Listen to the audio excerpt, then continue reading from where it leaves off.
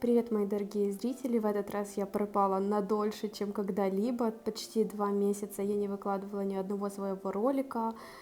Это связано с тем, что были новогодние праздники, было много работы, некогда было снимать и монтировать, а после Нового года опять работа. В общем, каюсь и знаю, что это не очень хорошо так часто и надолго пропадать. Но сегодня будет очень классный дизайн, который покорил весь Инстаграм и который я повторяю уже в 4-й раз. Так что досмотрите, пожалуйста, это видео до конца, будет интересно. Покрытию на этих руках 6 недель, это очень длительный срок. Конечно, плюсик в карму мне как мастеру, что все хорошо продержалось и не было ни одной отслойки, но я не рекомендую так долго ходить с покрытием. Естественно, что обстоятельства бывают разные. Я клиентку немножечко поругала за то, что она так долго ко мне не приходила, поэтому я надеюсь, что в следующий раз мы с ней встретимся немножко быстрее. Ну что ж, я приступаю к снятию покрытия. Я работаю твердосплавной фрезой пламя с синей насечкой и сразу же немножко убираю длину, почти настолько, насколько же это росло.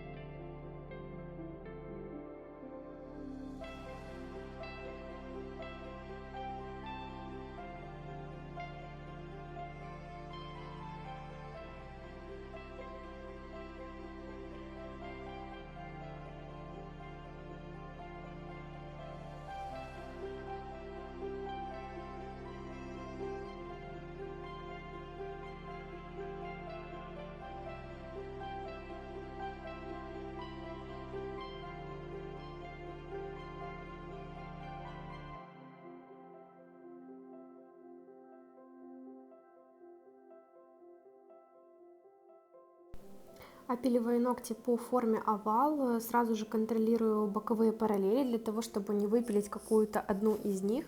Просматриваю ноготь с разных сторон и сверху еще прохожусь немножко пилочкой для того, чтобы сгладить неровности после снятия фрезой. Боковые валики на этих ручках достаточно высокие. Для того, чтобы подлезть к точке вроста, нужно вывернуть клиенту руку и своими пальцами максимально оттянуть подушечку от ногтя. Также пилочкой я делаю такие стягивающие движения вниз. Я не работаю туда-сюда для того, чтобы не распилить эту точку вроста.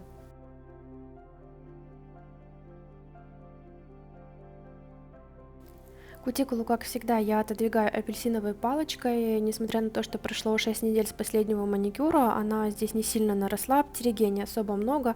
Можно сказать, что это абсолютно легкие ручки. Дальше я буду работать фрезой пламя с красной насечкой. Сначала работаю на реверсе, далее переключаю и работаю на форварде. Ну, тут все как обычно.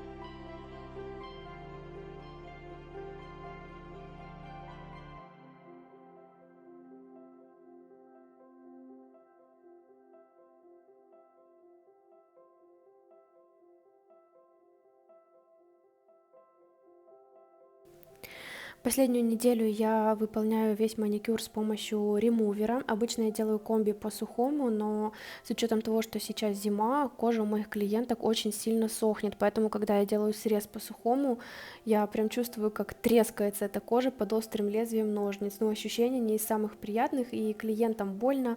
Я не могу достаточно срезать кутикулу, насколько мне нужно для идеального хорошего покрытия, поэтому я приняла решение, что пока что буду работать с ремувером. Его я покупала в магазине Gel Shop, ссылочку я вам оставлю в описании под видео, и посмотрите, какой чистый маникюр у нас получился. Пока я ремувер еще не убирала, я сразу же прохожусь шлифовщиком. Единственное, что я работаю им на форварде для того, чтобы лучше заполировывать кожу. Ну и можете полюбоваться, какой чистый маникюр у нас получился, и самое главное, не травматичный.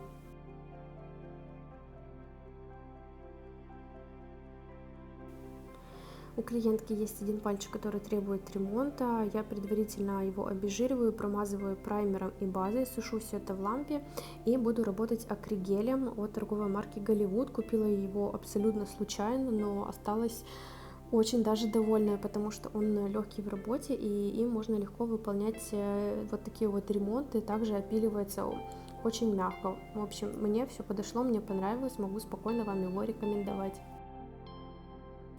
После просушки полигеля в лампе я снимаю липкость и приступаю к опилу.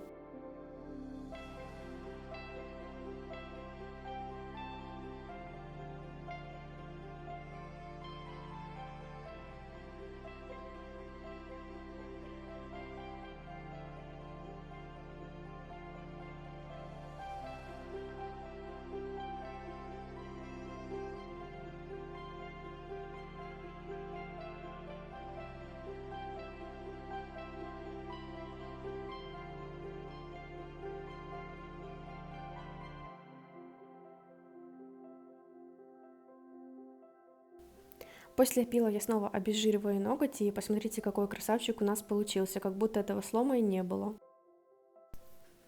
Теперь можно переходить к покрытию. Я обезжирила ногтевую пластину и вот такой полусухой кисточкой прохожусь бескислотным праймером. Сейчас я буду делать укрепление акриловой пудрой. Все ногти промазываю до середины каучуковой базы. Полностью ноготь промазывать не нужно, потому что если там застрянет акриловая пудра, то тогда затечет туда лак и получится грязный маникюр. Тем более нам нужно укрепить только свободный край. И на непросушенную базу вот такими вот легкими движениями, как будто я присаливаю, посыпаю акриловую пудру. Сушим все это в лампе. Остатки акриловой пудры после просушки я сметаю щеточкой и буду делать выравнивание базы. Здесь все как обычно, тоненький слой и капелькой выравниваем. Если вы сразу будете покрывать этот ноготь цветом, то там, где была акриловая пудра, у вас получатся такие как проплешины, потому что цвет туда впитается. Поэтому лучше это все сначала сделать базой, выровнять ноготь, сделать архитектуру, сделать блик, для того, чтобы цвет лег очень красиво и ровно.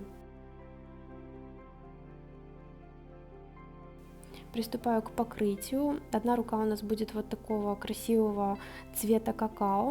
Ссылочку на этот гель-лак я вам, к сожалению, оставить не могу, так как покупала его в магазинчике возле своего дома. Единственное, что я могу вам сказать, это Blue Sky номер 077, но у меня он еще в старой бутылочке. Я знаю, что сейчас у них там какие-то новые вышли. Но, в общем, Blue Sky 077. Запоминайте, цвет очень красивый.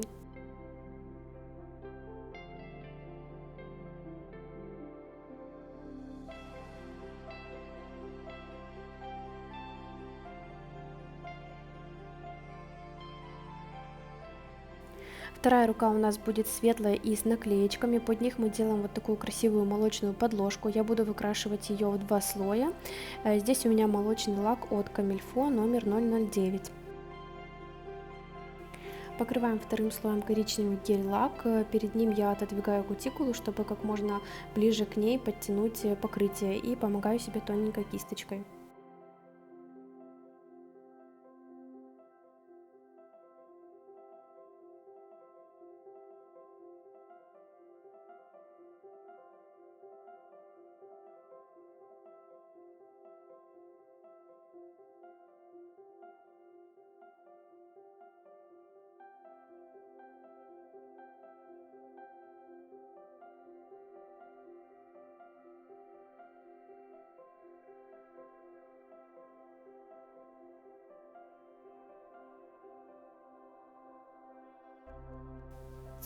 Эта рука у нас будет без дизайна, поэтому я сразу же перекрываю ее топом во избежание попадания на липкий слой от гель-лака, каких-то ворсинок, пылинок и тому подобное. Теперь переходим к руке с дизайном. На влажный спонжик я уже вырезала все наклеечки, которые мне были необходимы. Это практически последнее. Этот дизайн я уже, как и говорила, выполняю уже в 4-й раз. Он очень нравится всем моим девочкам. И спасибо за такую идею студии Софина Студио. Я всегда их везде упоминаю, потому что я считаю, что это правильно, когда ты берешь чей-то дизайн и повторяешь, обязательно указать его автора. Ну, не знаю, это лично мое мнение, если вы с ним не согласны, то можете аргументировать мне в комментарии. Мне просто приятно отблагодарить людей за то, что они сделали такую красивую работу, и благодаря им я смогла это повторить и порадовать своих клиентов. Наклейки от IBD очень хорошего качества, я тоже не перестаю ими восхищаться, потому что сейчас я их клею на липкий слой от гель-лака. Они красиво ложатся, разравниваются, то есть у меня нет никаких проблем с тем, что где-то пошло комками, какими-то складками и тому подобное. За это им тоже огромный плюсик. Дальше я эти наклейки перекрываю тоненьким слоем базы, для того, чтобы их хорошо закрепить, и просушиваю все это в лампе.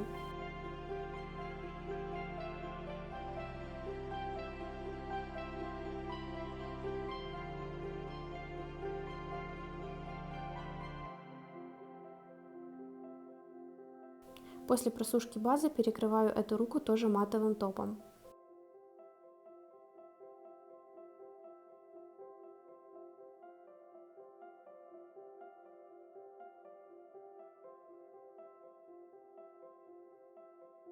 Вы только посмотрите на этот маникюр. Я вот который раз его повторяю, и на каждых руках он смотрится как-то по-особенному, но тем не менее всегда красиво.